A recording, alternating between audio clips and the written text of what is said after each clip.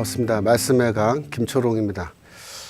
오늘은 바울의 사도적 자기이해 시리즈 11번째 강의고요. 제목은 바울이 아라비아로 간 까닭은 두 번째 강의가 되겠습니다. 우리가 지난번에 이사야서 42장 11절 이 부분을 공부했었죠. 다시 한번 보면 광야와 거기 있는 성읍들과 게달 사람에 거하는 촌락들은 소리를 높이라. 셀라의 거민들은 노래하며 산꼭대기에서 즐거이 부르라. 바울이 이 구절을 보고 이것 예언 때문에 아라비아로 갔을 거다. 제가 그런 말씀 드렸었죠. 여기에서 보시면 이 셀라라는 이 단어는 바위라는 뜻입니다. 그렇죠? 그래서 70인역 헬라어 구약 성경에서는 페트라라는 말로 번역이 됐는데요. 페트라는 그 당시에 아라비아에 있던 나바티안 왕국의 수도였습니다. 현재 요르단에 있는 그런 고대 유적지인데요. 매우 유명합니다. 그래서 유네스코가 지정한 세계 유산 월드 헤리티지의 하나로 이렇게 되어 있습니다. 제가 그래서 오늘 이 시간에 여러분들에게 페트라에 대한 사진을 좀 몇 장 보여드리려고 하는데요. 네, 이게 이제 페트라로 들어가는 그 입구가 되겠습니다. 페트라 입구는 이 전체가 사암 지역이라서 모래가 이렇게 퇴적해서 바닷물 속에서 이렇게 오랫동안 퇴적해서 생긴 그런 바위들로 구성됐는데 그것이 이제 물길에 깎여가지고 이렇게 지금은 현재 길이 나 있습니다. 그래서 이런 좁은 통로 절벽 사이를 이렇게 걸어서 들어가게끔 그렇게 되어 있습니다. 그 오른쪽 왼쪽으로 보면은 이렇게 바위들이 있는데 굉장히 물결 무늬로 이렇게 되어 있는데요. 이 길을 쭉 따라 들어가면은 저기 멀리 이제 페트라 도시의 그 건물이 보이기 시작하는데요. 오른쪽에 보시면은 이제 그 건물이 하나 보이죠.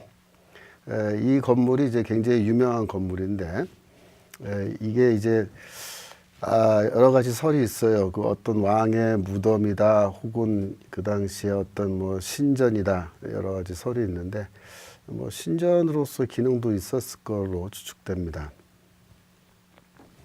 네, 조금 더 이제 자세히 이제 가서 보면은 거기 이제 조각상 같은 것이 이렇게 되어 있는데, 특징은 이 건물을 지을 때 이 바위를 깎아서 이렇게 건물을 짓는다는 겁니다. 모든 건물이 다 그렇습니다. 따로 벽돌을 쌓아서 짓지 않고 이 사암을 깎아서 거기 조각을 하면서 이제 집을 짓는 그런 방식으로 되어 있습니다. 오른쪽 사진 보시면은 굉장히 그 건물들이 크죠. 절벽을 깎아서 다 만든 건물들이라 그렇습니다. 그래서 이런 굴 같은 곳 안을 이렇게 들어가 보면은 또 이렇게 넓은 응접실 같은 게 있고 또 그 안에 또 들어가면 방을 깎아서 이렇게 만들어 놓은 주거 지역이 되겠습니다. 이런 데서는 사람들이 굉장히 많이 살았다고 추측됩니다. 마찬가지로 이제 페트라 지역에 있는 그 고대 유적 중에 하나인데요. 뭐 이 할리우드 영화에서 종종 여기 자주 나와요. 이 페트라 지역이 굉장히 넓은 지역에 이렇게 광범위하게 주거 지역과 여러 가지 건물들이 이렇게 쭉 형성이 되어 있습니다. 페트라에도 이와 같이 그 원형 극장이죠. 그래서 이런 계단식으로 된 좌석이 있는 굉장히 큰 원형 극장이 있어서 이제 헬라식의 그런 건축 문화가 여기 들어와서 있는 겁니다. 또 페트라 그 지역에 보면은 이와 같이 또 헬라식 그 건물들 굉장히 큰 뭐 신전이라든가 그런 것들이 있었던 그런 흔적인데요. 이런 유적들이 지금 많이 남아 있습니다. 네. 지금 우리가 좀 전에 보신 그 이사야서 42장 11절에 그 말씀과 유사한 예언이 이사야서 60장에도 또 이렇게 나옵니다. 우리가 한번 1절부터 보시면요. 일어나라 빛을 발하라. 이는 내 빛이 이르렀고 여호와의 영광이 내 위에 임하였음이니라. 보라 어둠이 땅을 덮을 것이며 캄캄함이 만민을 가리려니와 오직 여호와께서 내 위에 임할 것이며 그의 영광이 내 위에 나타나리니. 이렇게 이제 시작을 해요. 3절 내 나라들은 내 빛으로 왕들은 내 광명으로 나아오리라. 보시다시피 어둠과 빛이라고 하는 그죠? 캄캄함 또 영광은 빛입니다. 영광은 곧 빛이어서 빛과 어둠, 광명 이런 단어들이 집중적으로 나오지 않습니까? 그래서 하나님의 구원은 시온산의 어둠이 물러가고 빛이 임하는 것으로 그렇게 비유됩니다. 하나님의 심판은 어둠으로 구원은 빛으로 그렇게 나타나는 거죠. 아모스서 5장 18절 보시면 여기에서도 여호와의 날, 심판의 날인데 그날은 어둠이요 빛이 아니니라 이렇게 되어 있죠. 출애굽기 10장에 보시면 모세가 하늘을 향하여 손을 내밀매 캄캄한 흑암이 3일 동안 애굽의 온 땅에 있어서 그동안은 사람들이 서로 볼 수 없으며 자기 처소에 일어난 자가 없으되 온 이스라엘 자손이 거주하는 곳에는 빛이 있었다라고 해서 10가지 재앙 중에서 그 암흑이 그 이집트를 덮는 그 재앙 당시에 이스라엘 자손이 있는 곳에는 이제 빛이 있었다고 해서 흑암과 빛이 이렇게 대조가 되고 있습니다. 이사야서 24장 23절에도 보시면은 하나님의 그 구원이 시작될 때 그때는 달이 수칠당하고 해도 부끄러워하게 된다. 하나님의 영광이 이제 나타난다. 이렇게 해서 여기에서도 이제 빛은 굉장히 강력한 빛입니다. 그래서 햇빛보다 더 밝은 빛이 하나님의 영광이 나타난 그때 하나님의 구원이 이제 이루어지는 건데요. 바로 그러한 이야기를 우리가 지금 전에 읽으신 이사야서 60장 1절, 2절, 3절에서 그 빛에 대한 이야기를 지금 하고 있는 겁니다. 그 다음에 이제 4절 보시겠습니다. 내 눈을 들어 사방을 보라. 무리가 다 모여 내게로 오느니라. 내 아들들은 먼 곳에서 오겠고 내 딸들은 안겨오리라. 여기서 너의 아들들, 내 딸들이 멀리에서 오는데요. 누구냐면은 이 포로로 잡혀서 온 세상에 흩어져 버린 그 디아스포라 유대인이라고 말할 수 있겠죠. 그 유대인들이 이제 본토로 돌아온다. 그런 뜻입니다. 5절 그때 내가 보고 깊은 빛을 내며 내 마음이 놀라고 또 화창하리니 이는 바다의 부가 내게로 돌아오며 이방 나라들의 재물이 내게로 옴이라. 그렇게 되어 있습니다. 여기서 보시면 하나님의 그 구원의 때에 흩어져 있는 모든 그 하나님의 백성들이 한 자리로 이제 모여든다는 겁니다. 비슷한 내용이 이사야서 11장에도 나와요. 그날에 주께서 다시 그의 손을 펴사 그의 남은 백성들, 남은 백성이 바로 그 흩어져 있는 그런 백성들이죠. 아스루와 애굽과 바드로스와 구스와 엘람과 시나가 하맛과 바다 섬들에서 돌아오게 하실 것이다. 12절 이스라엘의 쫓긴 자들을 모으시며 땅 사방에서 유다의 흩어진 자들을 모으신다. 그래서 쫓긴 자, 흩어진 자가 전부 다 디아스포라 유대인들인데요. 하나님의 영광이 나타날 때 그 흩어진 백성들이 다시 시온산으로 모여들게 된다라는 거고요. 그 다음에 5절에 그 이방 나라의 재물이 너에게로 온다. 바다의 부가 내게로 돌아온다. 이렇게 얘기했는데요. 그건 뭐냐면은 디아스포라 유대인들이 돌아올 때 이방인들의 엄청난 그 재산이 유대인에게로, 하나님의 백성에게로 이전돼서 그들의 그 여행 비용과 정착 비용이 다 마련된다. 그런 뜻입니다. 출애굽 할 당시에도 그랬죠. 이스라엘 백성들이 나올 때 상당히 많은 그런 부를 들고 나왔었습니다. 이어서 6절 읽으시면요. 허다한 낙타, 미디안과 에바의 어린 낙타가 내 가운데 가득할 것이며 스바 사람들은 다 금과 유향을 가지고 와서 여호와의 찬송을 전파할 것이며 이렇게 되어 있습니다. 여기에서 이제 미디안하고 에바라는 이름이 나왔어요. 이 사람들이 누구냐? 이들이 창세기 25장 1절 이하를 보시면요. 아브라함의 이제 족보가 또 나오는데 아브라함에게 그두라라는 아내가 또 있었어요. 그러니까 후처라고 되어 있는데요. 이 그두라라는 여자를 통해서 아브라함이 아들을 6명을 낳았습니다. 그래서 시므란, 욕산, 무단, 미디안. 그래서 지금 미디안이 4번째 아들이에요. 그러니까 아브라함의 아들인 거죠. 미디안은. 그리고 그 아래 또 이제 보시면 4절 미디안의 아들은 에바와 이렇게 되어 있죠. 그러니까는 에바는 미디안의 아들이고 아브라함의 손자입니다. 그래서 지금 이사야서 60장 6절에 나오는 미디안과 에바의 어린 낙타라고 할 때 이 사람들이 누구냐면 아브라함의 아들과 손자입니다. 그런데 사라를 통해서 얻은 그 자녀가 아니고 후처인 그두라를 통해서 얻은 그 자녀들이기 때문에 우리말로 하면은 이제 뭐 적자가 아니고 서자 계열의 그런 자녀라고 말할 수 있겠죠. 그런데 이 사람들이 그 당시에 어디에 살고 있었냐면 아카바만과 요단강 건너편, 즉 우리가 계속 얘기하고 있는 그 아라비아 지역입니다. 그래서 스바는 또 아라비아 남서쪽 그 등등에 살고 있었는데 이 사람들이 이게 유향과 보석과 금 등 이런 걸 무역을 하는 그런 일들을 많이 했다고 그래요.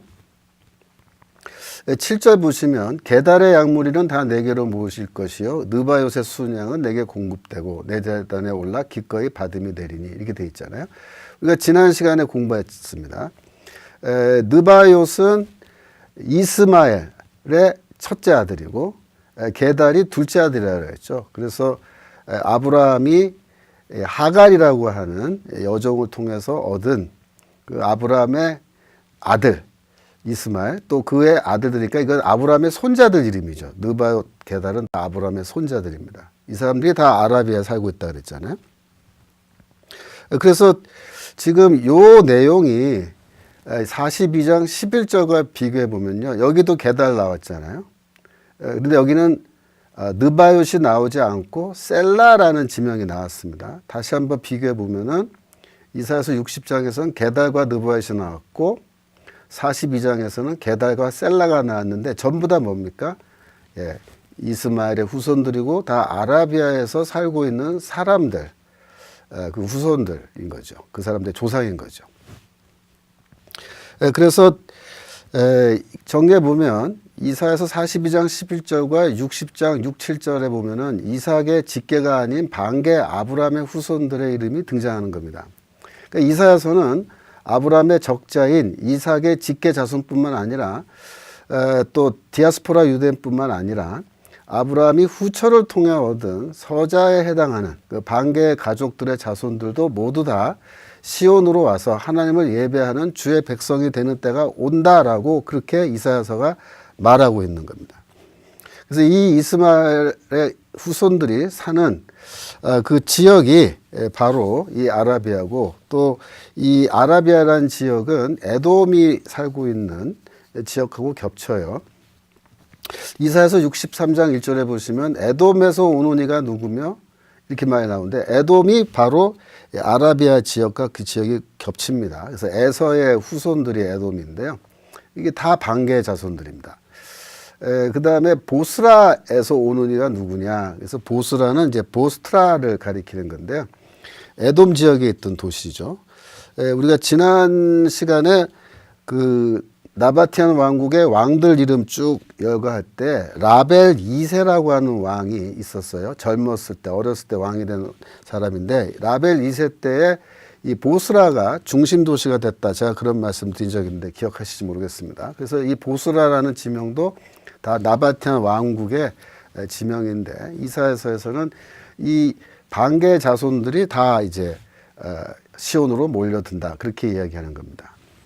다시 이사야서 60장 9절 보시면요.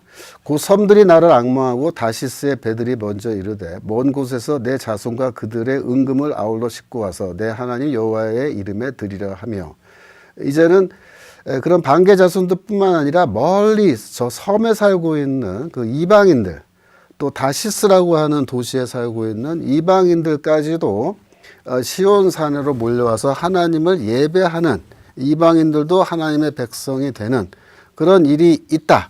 이렇게 이제 이사야서 60장에서 예언을 하고 있는데 이런 내용들이 전부 다 바울로 하여금 내가 아라비아에 가서 복음을 전하야겠구나 라는 것을 결정하게 만든 그 중요한 구절이 되겠습니다. 사도행전 21장 39절에 보시면 바울이 자기는 길리기아 다소에서 태어나서 다소성의 시민이다 그랬는데요. 이 다소가 바로 어디냐면 여기 60장 9절에 나오는 다시스입니다. 그래서 고대 지명으로 다시스는 바울 당시에 다소고, 바울이 바로 그 다시스, 다소에서 태어난 사람이니까 어떨까요? 바울이 이제 분명히 다시스, 다소로 가서 또 복음을 전하려고 하겠죠. 그 얘기는 제가 좀 이따 또 다시 하도록 하겠습니다.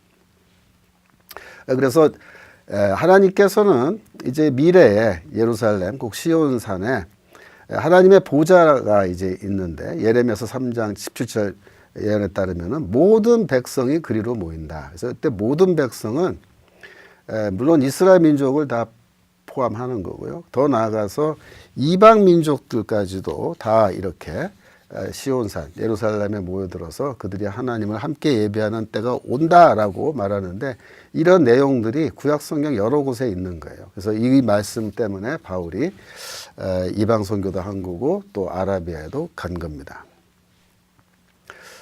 바울은 다메섹 사건 이후에 이사야서의 예언을 새롭게 이해한 것으로 그렇게 보입니다. 이사야서 60장 7절에 게달의 약물이 느바요의 숫양이 예루살렘 성전에서 하나님께 바쳐진다라고 이렇게 돼 있잖아요. 60장 7절에서 다시 한번 잠깐 보실까요? 60장 7절. 게달의 약물이는 다 내게로 모일 것이요 느바요의 숫양은 내게 공급됨으로 내 제단, 즉 하나님의 성전의 제단에 올라서 하나님이 기꺼이 받으시는 제물이 된다. 이런 내용이 있는데요. 이 양에 대한 이야기가요, 에스겔서 27장에 나와요. 그래서 아라비아와 게달의 모든 고관은 내 손 안에 상인이 되어, 여기 아라비아 지역 주민들이 그 캐라벤 무역을 많이 했다 그랬잖아요. 다 상인들인데 특별히 유명한 상품이 어린 양과 순양과 염소, 이거를 많이 거래한 겁니다. 그 이스라엘 유대인들과 함께. 그래서 서로 이제 경제 관계가 매우 가까웠던 건데요. 그렇다면 다메섹 사건의 이전에 바울은 이런 말씀을 읽고, 미래에 아라비아에서 생산된, 즉 느바요의 후손, 게달의 후손이 생산한 양과 염소가 예루살렘 성전에서 제물로 바쳐진다는 거구나, 그렇게 아마 읽고 이해를 했을 겁니다. 하지만 다메섹 사건 이후에 바울은 이 구절을 그 전과는 다르게 새롭게 해석할 수밖에 없었을 거예요. 왜냐하면은 예수의 십자가 죽음과 부활을 통해서 새 언약이 맺어졌고 옛 언약의 시대가 끝났기 때문이죠. 그래서 옛 언약의 종말과 더불어서 옛 언약의 성전인 예루살렘 성전의 유효 기간이 끝난 거죠. 그리고 또 성전의 동물 제사도 더 이상 유효하지 않게 되었기 때문입니다. 우리가 제가 기억하기로 두 번째 시리즈인데요. 바울의 그 소명 이해 시리즈. 뭐 또 첫 번째에서도 조금 얘기한 것 같은데, 거기 보시면은 바울이 이사야서 66장 1절 3절을 어떻게 이해했는지 제가 한번 설명한 적이 있어요. 여기에서 하나님이 하늘은 나의 보좌여 땅은 나의 발판이니 너희가 나를 위하여 무슨 집을 지으랴, 이렇게 말씀하실 때 하나님의 집이 성전이잖아요. 그래서 이 구절은 하나님이 예루살렘 성전의 유효성을 이제 부정하시고 이제 새로운 종류의 성전을 요구하는 그런 대목이라고 제가 말씀드렸습니다. 3절에 소를 잡아드리는 것은 살인함과 다름이 없고 어린 양으로 제사 드리는 것은 개의 목을 꺾음과 다름이 없이 하며 드리는 예물은 돼지의 피와 다름없이 하고 등등. 이 내용은 여러 가지 해석 가능하지만 기본적으로 동물 제사를 하나님이 거절하시는 그런 내용으로 우리가 볼 수 있다 그랬잖아요.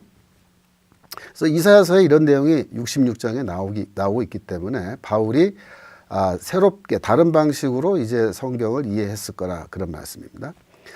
특별히 사도행전 7장에서는 그 스데반이 자기 죽기 전에 자기 변호를 하면서 이사야서 66장 1절을 인용하는 거죠.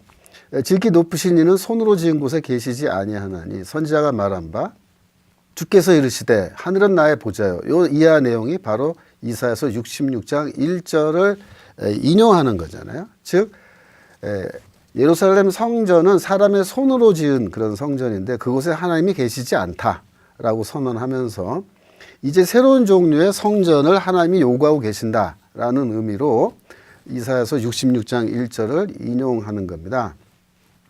그래서 이러한 새 성전을 이해하고는 이런 이해는 스데반의 개인 의견이라기보다는 초대교회의 공통적인 성경 해석이었다. 이제 그렇게 봐야 된다라고 제가 예전에 말씀드렸었습니다.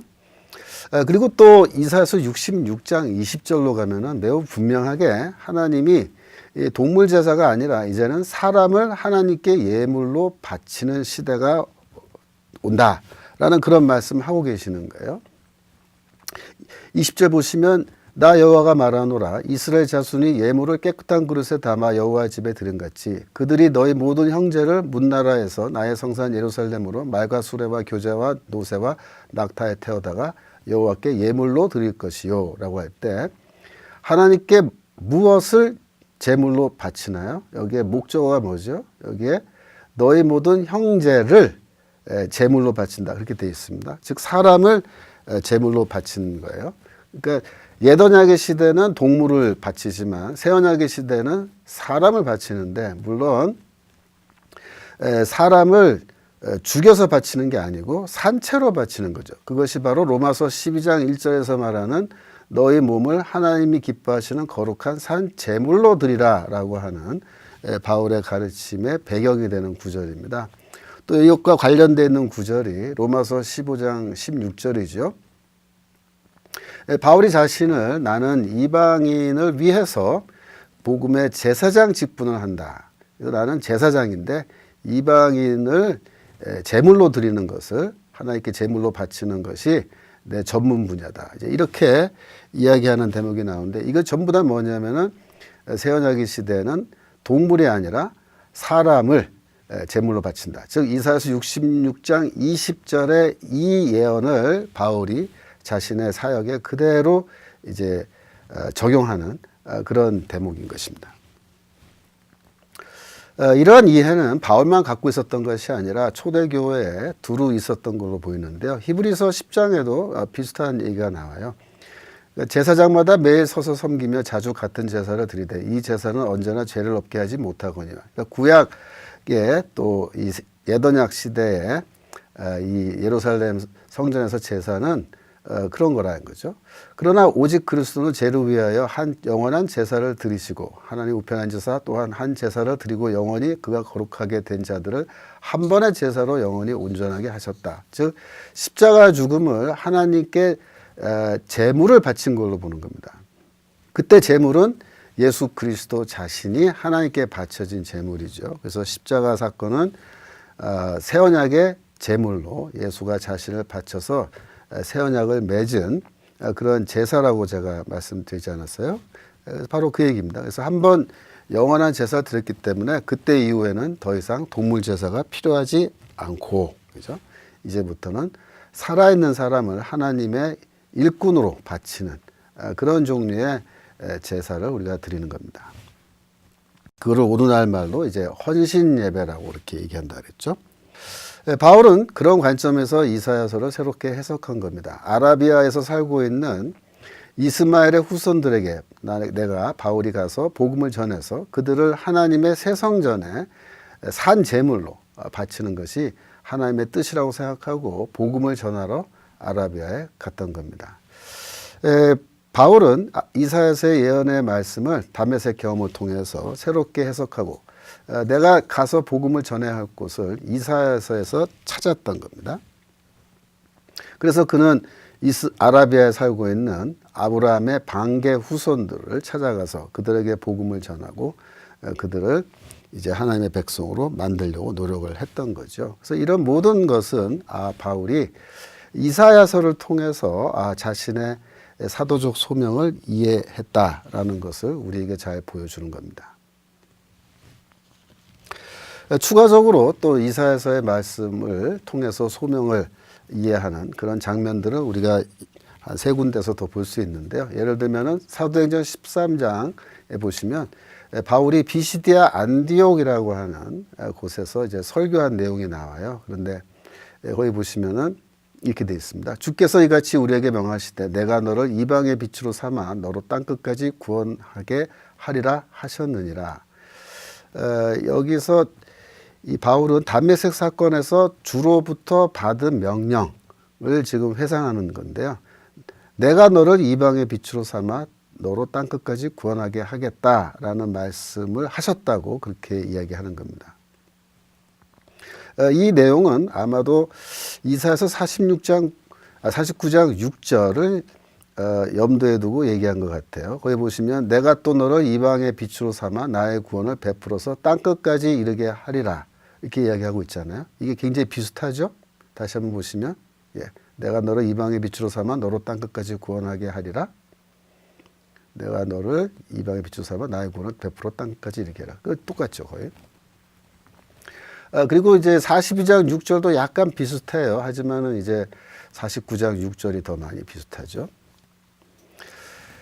이런 것은 바로 바울이 자신이 이사야서를 읽으면서 또 직접 예수께서 또 이사야서를 인용하시면서 바울의 소명을 이야기해 주신 것으로 그렇게 충분히 우리가 이해할 수 있다. 그런 이야기입니다. 여기서 물론 이제 42장이나 49장이 다 고난받는 주의 종의 노래예요. 모두 4개가 있는데 이사야서에 4개가 있는데 그중에 첫 번째와 두 번째 노래죠. 주의 종이라고 할 때는 기본적으로 메시아로 해석을 하는데 메시아의 사명을 사도들이 물려받잖아요. 그러니까 이 노래는 여전히 바울과 같은 사도들에게도 적용이 가능하다라고 그렇게 말씀드릴 수 있습니다. 그 다음에 두 번째로 사도행전 26장에 보시면 바울이 이 다메섹 사건을 회상하면서 17절에 이스라엘과 이방인들에게서 내가 너를 구원하여 그들에게 보내어 그 눈을 뜨게 하여 어둠에서 빛으로 사탄의 권세에서 하나님께로 돌아오게 하고 제사함과 나를 믿어 거룩하게 된 무리 가운데서 기업을 얻게 하리라 하더이다 라고 해서 마찬가지로 이게 다메섹 사건을 회상하면서 이야기하는 그 대목에서 이러한 얘기를 한 겁니다. 이걸 보면은 17절에 다시 17절 볼까요?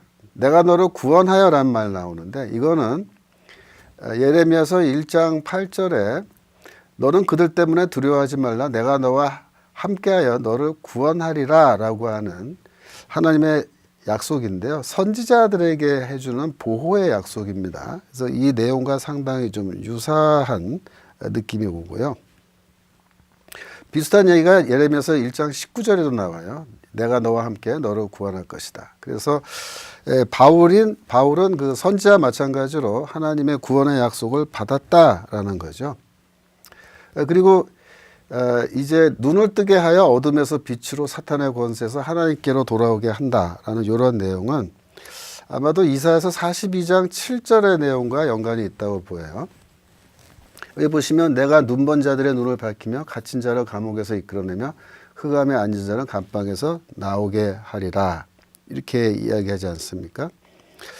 그리고 42장 16절에 보시면 42장 16절이 조금 잘못됐네요. 그래서 42장 16절은 맹인들을 그들이 알지 못하는 길로 이끌며 그들이 알지 못하는 지름길로 인도하여 암흑이 그 앞에서 광명이 되게 하며 라는 내용인데요.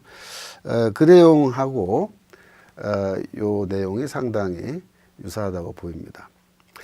이사야서 9장 1절하고 2절하고도 관련이 있는 것 같아요. 그래서 여기 보시면 정의 고통받던 자들에게는 흑암이 없을 것이다 이런 얘기예요. 그 다음에 흑암에 행하던 백성이 큰 빛을 보고 사망의 그늘진 땅에 거주하는 자에게 빛이 비춘다라고 해서 기본적으로 사도행전 26장에 있는 말씀은 바울의 사역이 어둠에 있는 사람에게 빛을 전하는 그러한 사역이라고 그래서 그들을 구원하는 사역이라고 말하는데 이런 내용들이 이사야서에 매우 자주 나오는 내용입니다. 그래서 이사야서가 어둠과 빛, 또 맹인들이 이제 눈을 뜨고 어둠에 있는 자들이 뭐 빛을 보고 그런 얘기들이 아주 많이 나오는데 이것 역시 바울이 자기의 소명을 이사야서를 통해서 이해했다는 것을 보여주는 겁니다. 또 로마서 15장 20절에 보시면 자기 선교 사역의 원칙이 나와요. 이게 뭐냐면 남의 터 위에 건축하지 않는다. 즉 남이 이미 복음을 전한 곳에는 내가 가서 복음을 전하지 않는다라는 선교의 원칙입니다. 근데 이 원칙을 20절에서 말한 다음에 21절에서 왜 그런지 이유를 설명하는 거예요. 근데 그때 이사야서를 인용하는 겁니다. 주의 소식을 받지 못한 자들이 볼 것이요 듣지 못한 자들이 깨달으리라 함과 같으니라. 이 말씀 때문에 내가 이미 복음이 전해진 곳에는 가서 복음을 전하지 않는 그런 원칙을 정했다. 이렇게 말한 건데요. 바로 이 빨간색으로 된 이 부분이 이사야서에 나오는 이야기입니다. 바로 이사야서 52장 15절인데요. 그들이 아직 그들에게 전파되지 아니한 것을 볼 것이요 아직 듣지 못한 것을 깨닫을 것임이라. 이렇게 해서 이 내용도 고난받는 주의 종의 노래의 앞쪽에 있는 말씀이죠. 그러니까 바울은 이렇게 자신의 사명을 주로 이런 이사야서의 성경 말씀을 통해서 많이 영감을 얻었고, 그 중에서도 특별히 고난받는 주의 종의 노래들이 집중적으로 바울에게 이제 중요한 본문이었구나라는 것을 우리가 알 수가 있습니다. 오늘 배우신 거 한번 정리해 볼까요? 이사야서는 아브라함의 반개의 혈족들의 후손이 하나님의 백성이 된다고 그렇게 예언했습니다. 그래서 바울은 다메섹 사건 후에 이사야서의 예언을 새롭게 해석하고 그래서 아라비아에 가서 복음을 전한 거다. 또 바울은 이사야서의 말씀과 자신의 소명을 매우 다양하게 연결시키고 있다라는 걸 우리가 관찰했습니다. 다음 강의는요, 바울이 다메섹 경험 후에 아라비아에 간 이유 세 번째 강의를 제가 하려고 합니다. 그래서 다음 강의 제목은 바울이 아라비아로 간 까닭은 3번. 오늘 여기까지 강의하도록 하겠습니다. 감사합니다.